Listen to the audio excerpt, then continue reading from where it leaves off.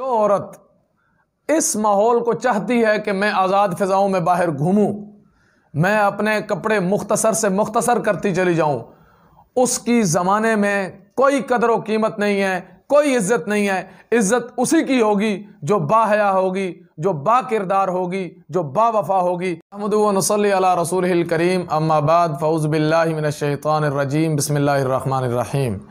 वला तक़रबुल फ़वाहिश मा ज़हरा मिन्हा व मा बतन, सदक़ल्लाहुल अज़ीम। मेरे वाजिबुल एहतराम सामीन व नाज़रीन, आज 8 मार्च है और 8 मार्च को तूफ़ान बदतमीज़ी है। यूरोप का गंदा निज़ाम, जिससे यूरोप वाले अब ख़ुद तंग आकर के इस्लामी मुआशरत अपनाना चाहते हैं, लेकिन चंद लिबरल अंटियाँ, चंद इस्लाम बेजार लोग, चंद मज़हब बेजार तबका, चंद ऐसी NGOs जो गैर के एजेंडे पर चल रही हैं, जो मेरे मुल्क में मगरबी ताफ़ुन ज़दा निज़ाम को लाकर मेरे मुल्क की मशरकी इस्लामी तहजीब याफ्ता लड़कियों को भी मज़हब बेजार करने की एक नई साजिश है। आपका मेरा हक बनता है कि हम इस मज़हब बेजार तबके के आगे बंद बांधें और इसको बेहया डे नहीं बल्कि हया डे मनाएं। औरत की आज़ादी के नाम पर औरत को बेरहरवी का शिकार किया जा रहा है और तरह तरह के स्लोगन आ रहे हैं, तरह तरह के पोस्टर उठाए होते हैं। गंदगी की इंतहा ये है और बेरहरवी की इंतहा ये है कि अब तो बाकायदा डिवोर्स, हैप्पी डिवोर्स डे मनाया जा रहा है। जिस औरत को तलाक होगी वो बतौर खुशी सब उसको सेलिब्रेट करेंगे, केक काटेंगे और खुशियां मनाएंगे कि तुझे अल्लाह ने आज़ादी दी है। हालांकि तलाक वो मखजूब चीज़ है। अल्लाह को गुस्सा तलाक बिला वजह किसी को तलाक पड़ जाए या किसी को तलाक देना, इस पे अल्लाह को बहुत ज़्यादा गुस्सा आता है। और कैसा मगरब ज़दा इलाका है, कैसा मगरब ज़दा कानून है कि जो कहा जा रहा है कि हैप्पी डिवोर्स डे मनाएंगे हम। इसी तरह और ऐसे नारे हैं जो मेरी ज़ुबान, मेरी गैरत और मेरी शर्म मुझे वो कहलवा नहीं सकती कि ऐसे ऐसे नारे उन इश्तिहार और पोस्टरों पर होते हैं, ऐसे ऐसे स्लोगन कि मैं बोल नहीं सकता। सारी दुनिया समझती है वो इश्तिहारात 8 मार्च को आपको समझ आ जाएंगे कि कितनी गंदगी उस पर लगी, कितनी गंदगी लिखी होती है। और तो और माँ बाप बेटा खुद कराची में एक 80 साल का बूढ़ा बेगैरत दयूस वो खुद कह रहा है होना चाहिए, मजहब आज़ादी होनी चाहिए, एक औरत 4-4 शादियां भी करे। यासिर शामी एक प्रोग्राम में एक लड़के से इंटरव्यू करता है और वो लड़का इतना दयूस, बेगैरत और बेहया होता है, बदकिरदार होता है कि वो उसको पूछता है कि तुम यहाँ क्यों आए? कहता है आज़ादी के नाम पर आए, औरत को आज़ादी होनी चाहिए, मेरा जिस्म मेरी मर्जी। तो यासिर शामी ने अटैक किया कि कहीं क्या तुम अपनी बहन बेटी को यहाँ ला सकते हो? जो नारे लिखे हुए हैं पोस्टरों पे, वो बड़ी डटाई के साथ, उसके चेहरे पे माथे पे शिकन भी और बल भी नहीं आया जालिम के, वो बड़ी डटाई के साथ, बेगैरती के साथ कहता है हाँ मेरी बहन भी वो खड़ी है, उसने भी पोस्टर लगाया हुआ है, अपना खाना खुद गर्म करो, अपना बिस्तर खुद गर्म करो, मैं खाना नहीं पकाऊंगी, वगैरह वगैरह। और भी बहुत सारे गंदे नारे जो आपको सरेआम देखने और सुनने को मिल रहे हैं।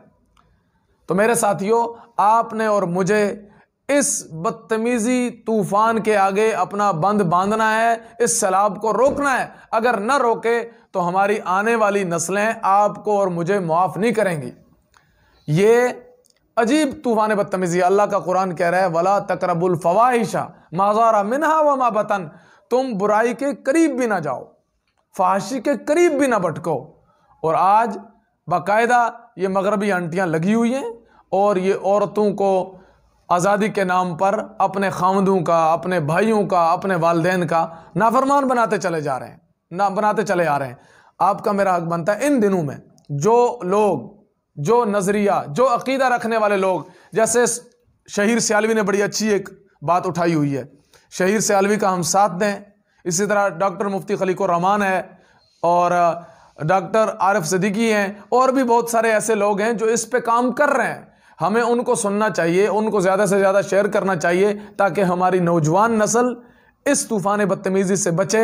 हमारा इन बच्चों की सही सोबत, हमारी नौजवान नस्ल की सही सोबत हमारे ज़िम्मा है, सही तरबियत हमारे ज़िम्मा है। हमने ना की तो कल अल्लाह भी हमें पकड़ेगा, रसूलुल्लाह के सामने भी हमें ज़िल्लत व ख्वारी उठानी पड़ेगी। अल्लाह आपको मुझे 8 मार्च को हया डे, आफिया डे, औरत के साथ जो, हाँ हम ये नहीं कहते औरतों के साथ जो जुल्म हो रहा है उनको सज़ा होनी चाहिए, औरतों के साथ जो ज़्यादती होती है, बल्कि ये परसों तरसों सिंध में इंतहा हो गई है कि कत्ल के बदले में उन कुछ बड़े बेगैरत जिरगादारों ने क्या जिरगा किया कि 90 लाख भी लिया जाएगा और उस जिस बंदे के बच्चे ने कत्ल किया था उसकी 2 बेटियां नाबालिग बच्चियों को सारी ज़िंदगी के लिए उनके हवाले कर दिया जाएगा, वो अपने वालिदैन को नहीं मिलेंगी। ये कैसा कानून है?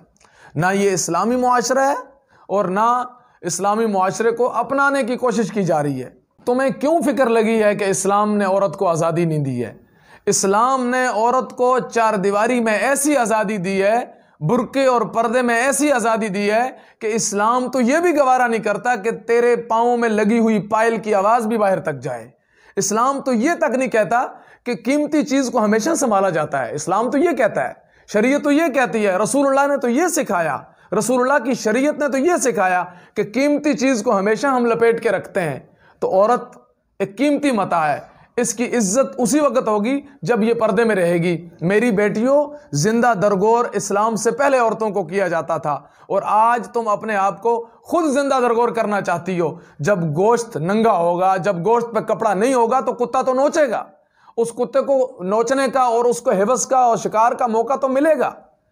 और मजे की बात आपको यह बताऊं कि जितनी औरतें ये नारा लगाने वाली होती हैं ये सब अजनबी चेहरे हैं, ये बाकायदा मगरब ज़्यादा लोग हैं और ये मगरब ज़्यादा इस ताफुन को फैलाने की कोशिश कर रहे हैं। और अक्सर वो औरतें जिनको 5-5 दफ़ा तलाक़ें हुई पड़ी हैं और ये मुतलका औरतें होती हैं जिनका ठिकाना कुछ भी नहीं होता और वो चाहते हैं कि हम तो डूबे हैं, तुम्हें भी ले डूबेंगे। मेरी बहनों, इस दिन को हया दिन के तौर पर मनाओ, न कि बेहयाई को आम करो। जो औरत इस माहौल को चाहती है कि मैं आज़ाद फ़िज़ाओं में बाहर घूमूं, मैं अपने कपड़े मुख्तसर से मुख्तसर करती चली जाऊं, उसकी ज़माने में कोई कदर व कीमत नहीं है, कोई इज़्ज़त नहीं है। इज़्ज़त उसी की होगी जो बाहया होगी, जो बाकिरदार होगी, जो बावफा होगी।